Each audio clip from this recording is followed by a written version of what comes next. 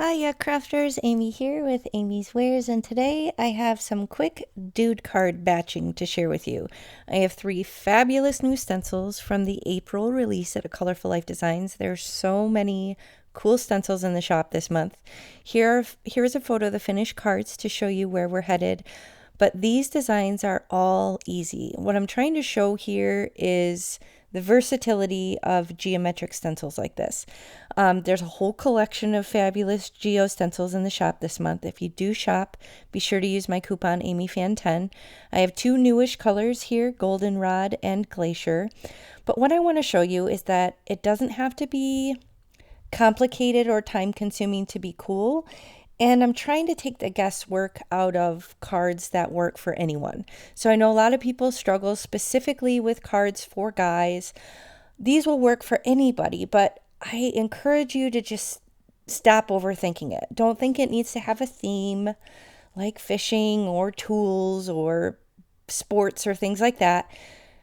Think of their favorite colors. Pick a few colors that they like, or if they're indifferent, just pick some colors. In general, they can even be neutrals, and use a geometric stencil. It doesn't have to be a theme. It can just be a cool background with cool colors. So that's what I absolutely love about geometric stencils. I feel like you can make a background that will work for anything. Here I have Cashmere and Succulent, which are 2 of the brand new colors from 𝘄𝐵𝗁𝗆𝗄𝗆. And I'm going to use this cool curved dot stencil. And I'm working on craft for this one. So you could make this fancier, you could make it less complicated. That first one, I was working directly on a card base. So I wasn't even layering up a panel. I wasn't even having to do that extra step. I was literally working right on a card base. So you can do that. You can save on paper, you can save on time, and you can have a low profile card to mail.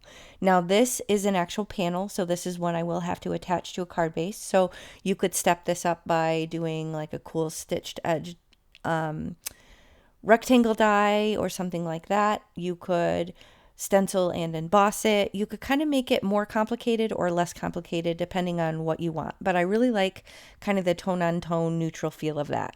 Now this one is probably one of my favorites from this release. It's called Broken Lines, and I want to go full stop neutral here. So I'm grabbing the gingerbread and this, I think it's hoodie. So I'm just going to use a gray to a brown, and I think this looks so cool. I absolutely love how this turned out. So I'm just using my little blending brushes from 𝗁𝗐𝗎. I'm coming in heavier handed on the top with the darkest gray, and then I'm just going lighter handed as I work down.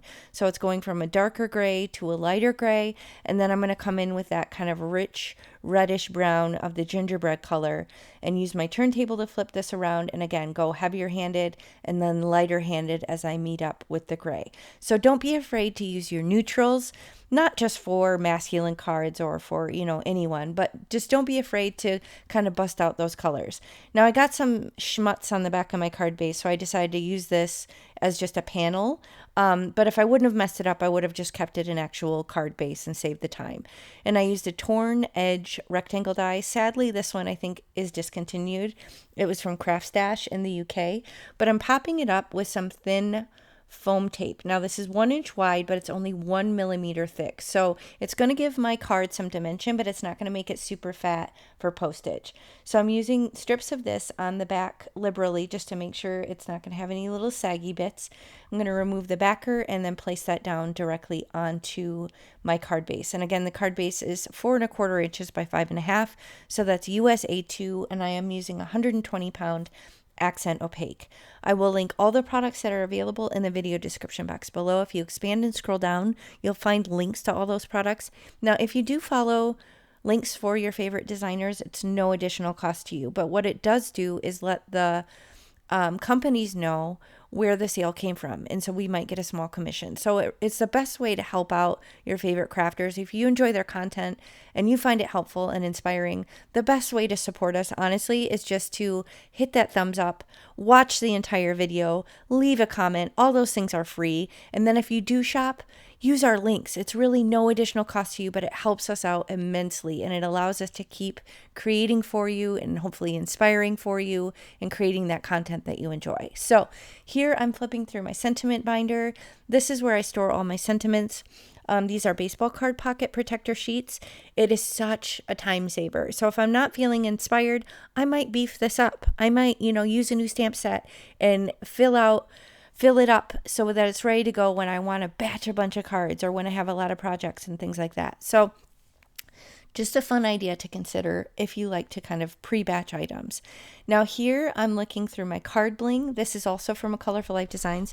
You can also use my coupon for this, AmyFan10. So if you use that at checkout, you can save 10% on your complete order for everything in the shop except the Master Creator Bundles, because those are already so deeply discounted at 20% off. So once I pick out the 3 colors, I will be able to kind of finish these cards. I do have my sentiments either popped up or attached down directly. This I used, I think, metallic matte silver. I'm not sure if I showed that too fast or whatever. I'll try and remember to link everything below. This one I used definitely one of the yellows. It might have been the sunflower. I'm not sure. And then this one I used kind of a cool, I think it was a chartreuse green. So I will try and remember to link the colors below. If I forget, let me know in the comments. But I hope you enjoyed this. If you did, please hit the thumbs up. Check out this fabulous April release, and I'll catch you next time. Thanks for watching. Bye.